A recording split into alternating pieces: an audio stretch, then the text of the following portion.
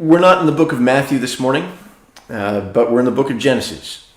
I'm not going to read all through these chapters because we're going to look at a long view of Genesis 37 through chapter 50.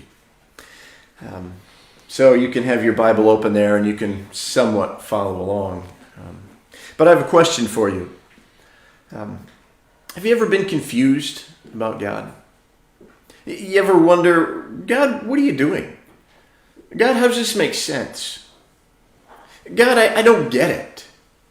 And maybe we say, God, where are you? I'm confused. I think we all are confused about life at times, confused about God particularly. And we often ask the question, or maybe we don't often ask the question, but I'm going to ask the question. What do you do when you're confused about God? What do you do when you're confused about God? The Bible character, the person that I want to have answer that question this morning is Joseph. Joseph is the son of Jacob.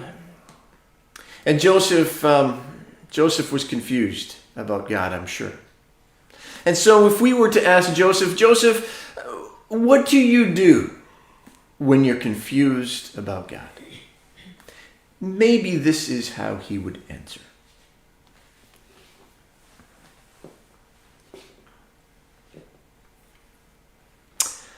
I've lived a pretty full life. I've had a lot of things happen to me. And you know as well as I do that life is full of ups and downs and sometimes just straight old sideways. And you know that life doesn't always go the way we had planned it to go. Because in an instant, in just a moment, things change. And we know that there's ups and downs, and we know there's sideways, and these things come into our life. And it makes us wonder, what do we do with it all? I mean, it's bad enough that something's come into our life and changed the direction and course and challenged us in life. And that happens all the time. But the hardest part, at least the hardest part for me, was wondering where God was it, where God was in it. Where was God in it all? Isn't that the hardest part? It's not so much that trouble and suffering comes into our life. We get that.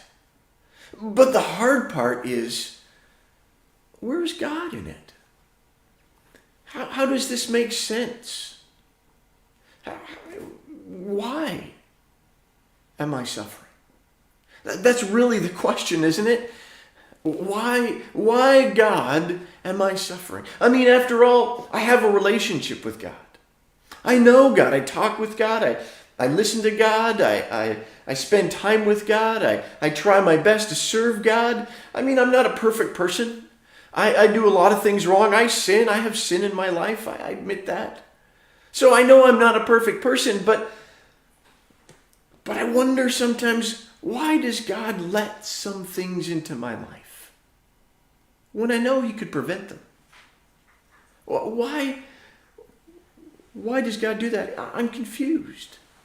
I'm sure you've been confused about that. I mean, I've known God for a long time. My father Jacob knew God, and his father Isaac knew God, and his father Abraham knew God. I mean, it was the God, the living God, Jehovah God, who introduced himself to my great-grandfather Abraham. And so we all knew this God. We all tried to serve and follow this God. So it's confusing to me. I mean, we're his children. We have a relationship with him. Shouldn't it be that he would protect us from all bad and all harm and all suffering that comes into our lives? I mean, it doesn't make sense to me. And sometimes I just plain old don't understand what God is doing in my life. I started out life with great hopes, great expectations, great dreams. I mean, I was Joseph. I was the favorite son of my dad, Jacob. I was the 11th child of 12. All my brothers, except Benjamin, were older than me, significantly older than me, some of them. And I knew that I was my dad's favorite. I mean, I didn't have to work as hard. I didn't have to do as much. And I know he gave me extra favor. In fact, he made this special coat for me, this robe for me, that none of the other brothers received, but only me. And so I knew from very early on that I was special, that I was going to do something in life. And I guess, I wasn't always that great of a person growing up, especially to my brothers. I was the youngest. Well, my little brother, Benjamin, but he wasn't old enough to get into trouble that I could yet. And I was always tattling on my older brothers. I would always run to Dad, and I'd see them doing something wrong, and I would run to Dad, and I would take great joy in getting them in trouble. I know that I wasn't all that great to them. I know that I was the younger brother. I know that I was a pain in their side. But I sure didn't expect what happened. And I was confused about how God could let it happen. See, my brothers were out in the field. All 10 older brothers were out in the field. They were a long way from home. They had taken the sheep, and they were grazing the sheep, and they were finding good pasture for the sheep. And my dad said to me, hey, I haven't heard from your brothers for a long time, and it's time that they checked in, and I want you to go, and why don't you take some cheese and bread, and why don't you go and find out where your brothers are, check up on them, let me know how they're doing. I didn't want to go. I never liked being around my brothers. They were mean to me. I know. I probably brought a lot of it on, but I went because Dad asked me to go. And so I went, and it took me a while to find them. They weren't in the usual places. They had gone a little farther this time around, and there they were. And I saw them off in the distance, and I knew they saw me off in the distance, and I knew they were talking about me. I mean, you can just tell when people are talking about you. And I was Joseph after all, and well, I happened to tell them about a couple of dreams I had in which my brothers were bowing down to me. I didn't think it was going to get that kind of reaction from them. And I know I was the younger brother, and I said way more than I needed to, but surely it didn't deserve what they did to me. For when I got there, they grabbed me, and they ripped the robe off of me, and they spoke harshly to me, and they wanted to kill me. They talked about killing me. They wanted me dead. They wanted me gone. I was loathsome to them. They hated me. My own brothers hated me. And they were going to kill me. And they decided not to kill me, or outright kill me at least, and they threw me into a dry well. Well, it wasn't all that dry. It was kind of muddy and dank, and it wasn't a good place to be. And I heard them discussing, and I couldn't really pick up on a lot. It was kind of muffled, but I knew they were going to leave me there to die. They were going to leave me in that cistern to die because they hated me. I couldn't believe it. And it didn't make any sense. How could this possibly be? I knew they didn't like me. I knew that I was kind of, a bane to their existence. But I knew that God loved me. And I knew that He wanted good things for me. So how did it make sense that here I was in this well, in this dark pit? How did it make sense that God would let them throw me in, would take my robe away, and would plan on just leaving me there to die? I didn't understand that. It didn't make sense. I mean, surely God loved me. How could this happen? And I was thinking about that. And wondering about that, and a little bit angry with God. Well, okay, I was a lot angry with God about that, and I couldn't figure it out. And then I heard more voices. And then a rope was thrown down the well, and they told me to grab on there, lifting me out. And I thought, okay, God's answered my prayer. This is good. And so they lifted me out of the well, and there, when I came out of the well, were a caravan of Ishmaelites. Now, I don't know if you know about the Ishmaelites, but Ishmael was, he was a son of Abraham. My great-grandfather Abraham had a son named Ishmael. And then he had Isaac. Isaac was by Sarah. Ishmael was by Sarah's servant, Hagar. And so the Ishmaelites, they lived in a different part of the country because Abraham sent them away. But they were their own nation now.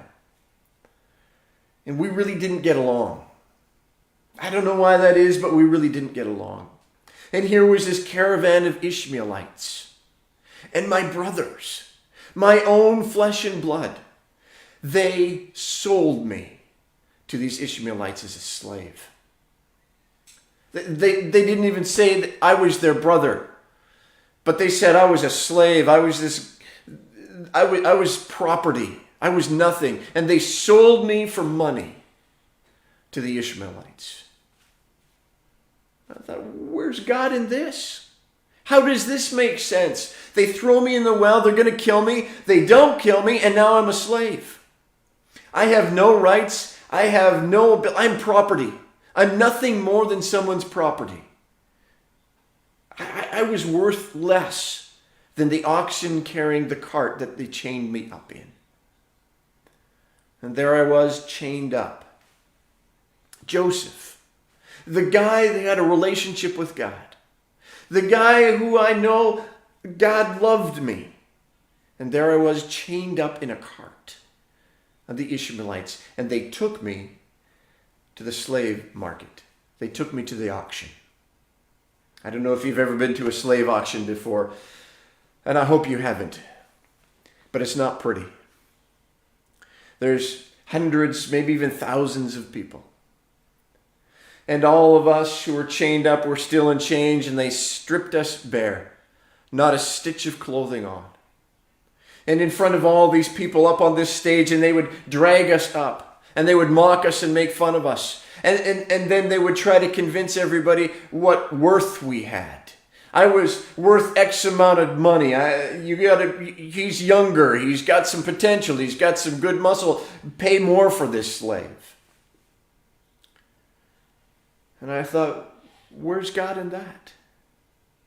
Where's the God I serve in that? I don't understand, God. Why wouldn't God protect me from this? Why would God allow me to stand here in front of all these people as something to be bid on, to be auctioned on, as a piece of property? With no rights, no hope, with nothing. Not even a piece of clothing. How did it make sense that God would do that to me? How would it make sense? Where was God? I didn't understand. God, I'm just trying to do what's right, and I end up here. How does it make sense? Well, it turned out the person who bought me took me to the house of Potiphar. Potiphar lived in Egypt. And so I now lived in Egypt. I was a slave in Egypt. That sounds familiar, doesn't it? Here I was a slave in Egypt. And it turns out Potiphar was a high official to Pharaoh. Potiphar was regularly in Pharaoh's court. Potiphar was well-to-do. Potiphar's house was amazing. It was huge. It was like a mansion. It was a palace. And I was just one of many slaves. But I had a place to live. And I ate well. And it turns out I was treated pretty well. Potiphar was a pretty fair guy. And I thought, okay, maybe God's doing something good for me. Maybe this is good. And so I began to work, and I worked hard. And everything I did well. And every job that I was given, every task that was assigned to me, all that I did, God blessed for me. And it turned out exceedingly well. Better than it could have on my own. And I knew God was with me. And maybe this is it. Maybe God's bringing me out of this. And Potiphar noticed that. And so Potiphar made me in charge of all the other slaves. Because everything I put my hand to was blessed. And so I was in charge of all the other slaves. Eventually I was in charge of the whole household. I was second to only Potiphar himself. I was in charge of buying and selling. I was in charge of the finances. I was in charge of all that took place. I gave out the duties. I made sure the house was running well, and I was in charge of making sure the family was taken care of. There was no one greater in Potiphar's house than me. And things were going well. Until life went sideways. I mean, life went sideways. And it came through Potiphar's wife. I knew that Potiphar's wife liked me. That was evident from the very beginning when I was first brought there. And I thought that was okay. Because at least if Potiphar's wife likes me, then I'm going to be treated okay. But as the months passed, it was clear that Potiphar's wife not only liked me, but she liked me. I mean, Potiphar's wife, she really, really liked me. And Potiphar's wife continued to try to entice me to have sex with her. And she did it over and over again and continued to try to entice me. And thankfully, I said no. I said, I will not do this to my master, to Potiphar. And she kept begging and begging. And I said, I will not do this to God, because God is my ultimate master. I will not do this. This is wrong. And so every time she begged, I said no. Until one day, all the other servants were out of the house. I don't know where they all went. It wasn't by my orders. I'm guessing she sent them away. And there was no one around. And she begged me, and I said no again. But this time she grabbed me. And she grabbed onto my cloak. And she started dragging me towards the bedroom. I said, no, I will not do this. And I slipped out of the cloak, and it ripped, and I ran. I ran out of the house, and I ran through the fields, and I had to get out of there. And I ran as far as I could. Turns out that when Potiphar came home, his wife had my robe. And she accused me of trying to rape her. Everybody knew it wasn't true. All of the other servants, all the other slaves could have told him that wasn't true. They knew me. They saw what was happening all of these months. They could put it together. They knew it wasn't true. But nobody said anything. And Potiphar, rather than believing me, because I was only a slave after all, he believed his wife. And Potiphar grabbed me and he threw me into prison. How does that make sense? How does it make sense that God would allow that to happen? How does it make sense that God would allow this evil to come into my life? I was trying to do what was right. I was trying to follow God. I was trying to honor God. I was trying to honor Potiphar. I was only trying to do what was right. And this happens? How does that make sense? I couldn't understand what God was doing. It made no sense. Here I was in a prison. It turns out it wasn't a regular prison. It wasn't the prison where they put vile criminals, but it was Pharaoh's prison. It was a prison which Pharaoh kept for those of his household or those in his court or anyone who displeased Pharaoh. He put into his special prison. Now that didn't make it any better. There weren't any more amenities in the prison than any other prisons. It was still prison. I got to know the jailer, the head jailer at the prison. he would bring me food and we would talk, and I got to know him. And after a while, he began to give me some responsibility. After a while, I would help feed the other prisoners. I would help check them in. I would perform some duties in the prison. And everything I put my hand to went well. Nobody escaped on my watch. Nothing went wrong. I did everything well. And soon the head jailer put me in charge of the whole jail. I was second to only the jailer himself. I had freedom to roam through the jail. I had freedom to go from cell to cell. I had freedom to talk to people. I had freedom to make decisions. I was essentially, besides the head jailer, in charge of that jail. I thought, well, this is good. This is good. God is helping me. And one day, a couple of men were thrown into the prison. And I was there, and I checked them in, and I showed them to their cells, and I got to know them. I began to talk to them. And one was the Pharaoh's cupbearer. He was the one who drank the wine and tested everything before Pharaoh drank it. And then the other was Pharaoh's baker. He was the one who baked everything for Pharaoh's household and the banquets and all of that. Two very trusted positions. And I began to talk to them, and I found out why they were there. They had displeased him in some way. And we talked about that, and I told them that I was innocent. I told them my story. I told them about my brothers. I told them about the Ishmaelites. I told them about Potiphar. I told them about being in jail. I told them about God. And one day I came and I was chatting with them, and I could tell they were particularly troubled. And I said, well, what's going on? And they told me they both had dreams that night. And so the cupbearer told me he had a dream that there was this grapevine, and off of this grapevine grew three nice ripe vine clusters of grapes. And he said, in my dream, I took those clusters of grapes and I squeezed them, I put them in the cup, and I gave them to the Pharaoh.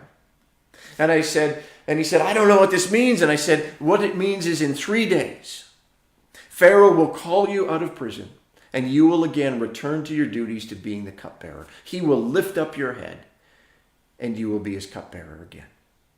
He was pleased about that, as was I. And then the baker, seeing that he got a good dream, the cupbearer did, he told me his dream. And he said he had three baskets of baked goods upon his head. And on the top basket, there were birds that were pecking at the goods, at the bread on the basket. And he was trying to get rid of them, but he couldn't. And I said, well, the 3 baskets are 3 days. And in 3 days, Pharaoh's going to lift up your head.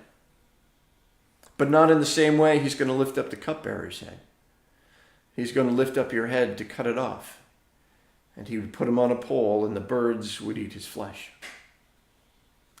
Not what he wanted to hear, not really what I wanted to tell him. A couple of days went by, and the cupbearer was pretty excited, and the baker wasn't quite sure. On the 3rd day, sure enough, the call came to clean these guys up and bring them before Pharaoh. So I talked to the cupbearer, and I said, cupbearer, remember the dream. And when Pharaoh reinstates you, remember me. Let Pharaoh know that I am in here, and give me an audience with Pharaoh so that I can get out. And so the cupbearer and the baker came before Pharaoh. And sure enough, the cupbearer was, Pharaoh lifted up his head and said, return to your duties. And the baker, Pharaoh, lifted up his head and took it off, put him on a pole, and the birds ate his flesh. We heard that. We heard everything in the prison. The news came to us. And I was anxious. I was anxious to get out of this prison. And a few days went by and nothing happened. And a week went by and nothing happened. And then a month went by and 2 months and nothing was happening. There was no word of calling me out of jail. Did he not tell him? Did he forget? Did he purposely not say anything? What was going on? How does this make sense? I give them what God told me to give them. I'm doing what is right. I'm doing everything I can. I have this chance to get out of jail. And this happens. He forgets me. Or maybe he purposely didn't say, I don't know. 2 years went by. 2 whole years I was in that prison since the time the cupbearer was returned to his position. I didn't even know if he was still alive. And I thought, where's God in all of this? How does this make sense? Just when I start thinking I'm getting ahead, here I am again, left behind. Then the day came. It surprised me. It was another sideways move in the other direction. And I was called before Pharaoh. Because Pharaoh had these dreams, and they were troubling dreams, and he didn't know what the dreams meant. And all of his wise men, all of his counselors, everybody he called had no idea what the interpretation of this dream meant. But Pharaoh knew it meant something, and he had to find out what it was. And it was only then, 2 years later, after these dreams, that the cupbearer finally remembered me. And the cupbearer told Pharaoh, hey, I know a guy who interprets dreams. He's Joseph. And so I was called before Pharaoh. I was cleaned up, shaved, called before Pharaoh, and Pharaoh told me the dreams. And so I interpreted those dreams. They were dreams about 7 years of good harvest, of abundant harvest, 7 years of wealth and luxury and abundance. And following those 7 years were going to be 7 years of famine. And that 7 years of famine would swallow up the 7 years of abundance. And so I told Pharaoh the meaning of those, and I told him that God gives me those meanings. And Pharaoh then asked, so what should be done? And I told Pharaoh, well, it would be wise to plan. Plan for those 7 years of leanness, because those 7 years of leanness are going to be hard. And if we don't put stuff aside now, then we aren't going to make it. And Pharaoh said, that's a great plan. And Pharaoh put me in charge of that plan. Pharaoh took me from prison, and he brought me into the palace. And everything I put my hand to was blessed. Everything I did went well. God ensured that everything that I put my hand to was done well, and it was blessed. And Pharaoh noticed that. And soon I was second in command of all of Egypt. Only Pharaoh was greater than me. And sure enough, after those 7 years of greatness, of goodness, of fatness, came the 7 lean years, the years of famine. Crops weren't growing, rain wasn't falling, and people were, no crops could be grown, and so people were beginning to starve. But we'd put away. We had storerooms of grain. And so we began to hand out grain. We had a program to distribute grain. And it was during these years I began to wonder, I wonder how my brothers are doing. I wonder how my dad is. I wonder how Benjamin is, my youngest. And I wondered how they were doing, and one day they came. See, it was a famine everywhere, and they had no way to eat anymore. And they needed our grain. They needed what I had stored away. And they came. And they didn't recognize me. They didn't know who I was. Of course, they wouldn't be expecting me. They would have figured I would have been dead long ago, just like they planned. And there they were in front of me. I saw them in the line as they were coming to apply for food. And I saw them there, and they came, and I knew they were my brothers. But they didn't know who I was. And I have to admit to you, I wasn't very nice to them. I was kind of mean to them. I wanted them to pay. I wanted them to suffer a little bit. After all they put me through, I wanted them to be through a little bit of it. And I could understand what they were saying. They didn't know I could understand. I was using an interpreter, but I knew what they were doing. And they were begging for food. And they brought silver in their packs to pay for this food.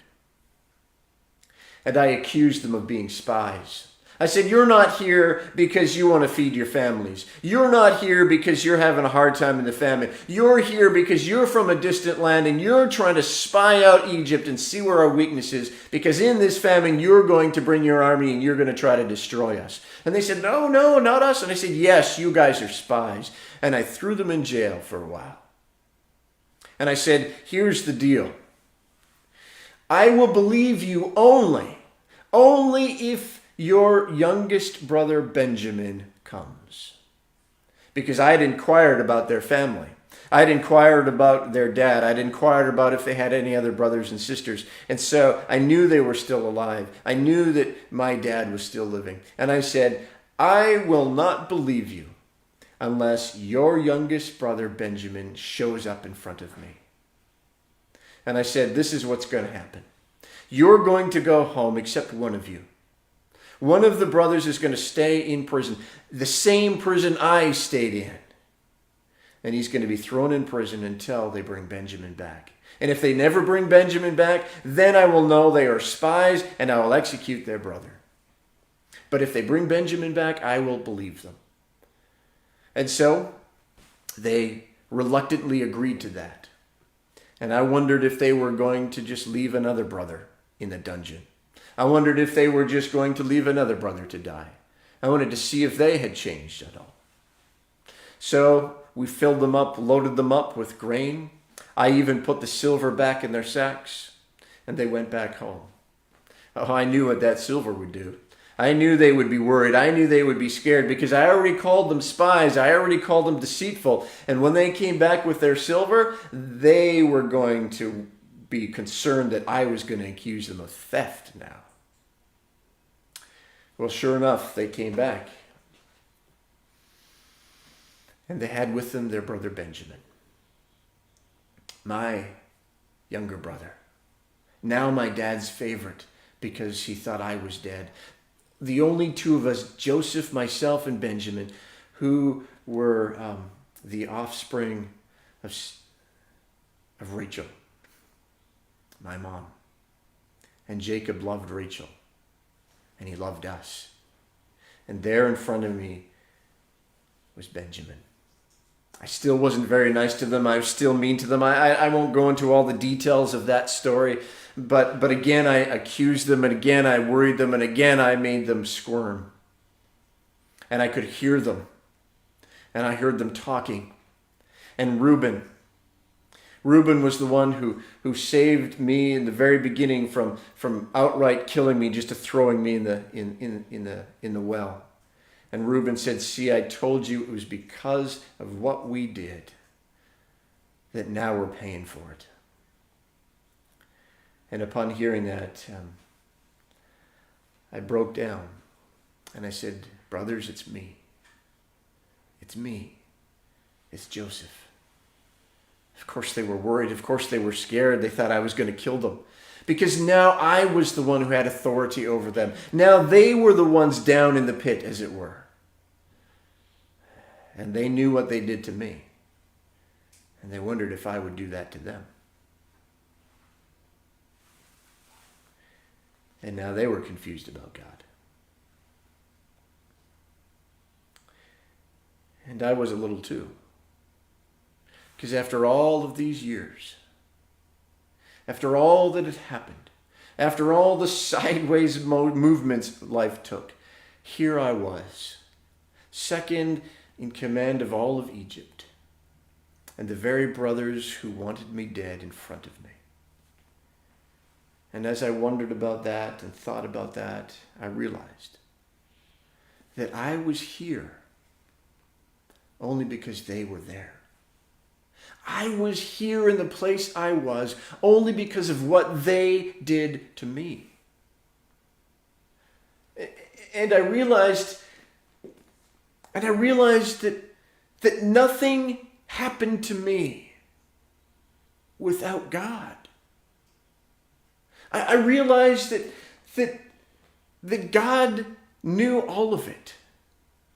And God was with me the whole time. And even though I was confused and I didn't understand God and I didn't understand what was going on, I wonder if he left me, I realized in that moment that God had never left me. And God had never allowed that evil to overcome me. Because evil can never overcome God. Ever. And I'll tell you what I told them. I said, what you meant for evil, what you meant for bad, what you meant for evil in my life, God meant for good. I didn't understand it at the time. I don't know that I fully understand it now, but I understand now that God redeems the evil, God redeems the ugliness, God redeems the suffering that comes into our lives. He redeems it and He makes it something better. And He makes it something that's actually good for us and those around us. And I know that's hard to understand, especially if you don't understand. I know it's hard to figure out when you're going right through it. Trust me, I know, I've been there. But I understand now that God is always with us. And everything that comes in, anything that comes in, doesn't come in without God knowing. He knows, He sees, and He's there. What others mean for evil, God means for good. You will never be overpowered by suffering. You will never be overpowered by trouble. You will never be overpowered by evil, because God is in your life. And God is for you. Even when it doesn't look like it, even when you're confused, I want you to know that God is for you. The question was asked, what do you do when you're confused about God? What do you do?